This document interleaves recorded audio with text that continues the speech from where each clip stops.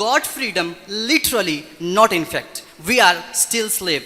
You know, there is a one and only reason. For telling that reason, I would like to call a student from English class to come here and to tell the reason why we are still living in slavery. So now I would like to call Walid Hassan from English department. He belongs to Sargoda. Walid Hassan. I begin with praising Almighty Allah, who created the universe, the sun, the moon, who runs the rivers and lakes, who carries the clouds full of rain, then sending salutation upon Prophet Muhammad, peace be upon him. My honorable audience and respected teachers, Assalamu alaikum wa rahmatullahi wa barakatuh. Today, I would like to talk about brave rulers of the world and the battles that they won, along with that, the reason behind it.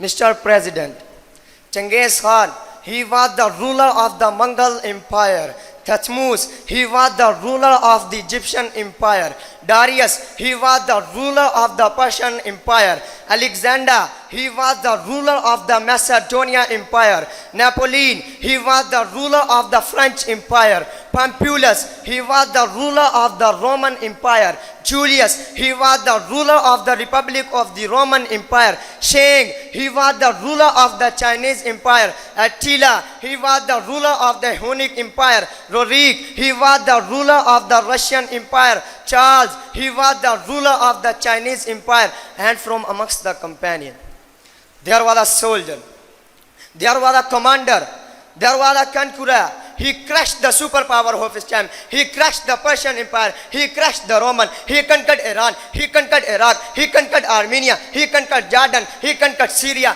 The undefeated commander, the undefeated ruler, the sword from the sword of Allah Azza wa Jal. This is Khalid bin Walid Ghaziyallahu an.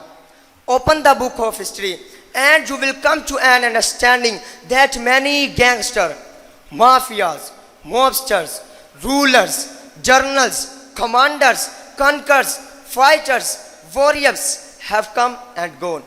But there is a question. Today, why we Muslim people are worsening day by day? The reason is only one and single. We are not united. We are separate into many groups. If we have a look on the history of companion, we will come to know that they were not offered any superpower. They just believe on Allah Azza wa Jal.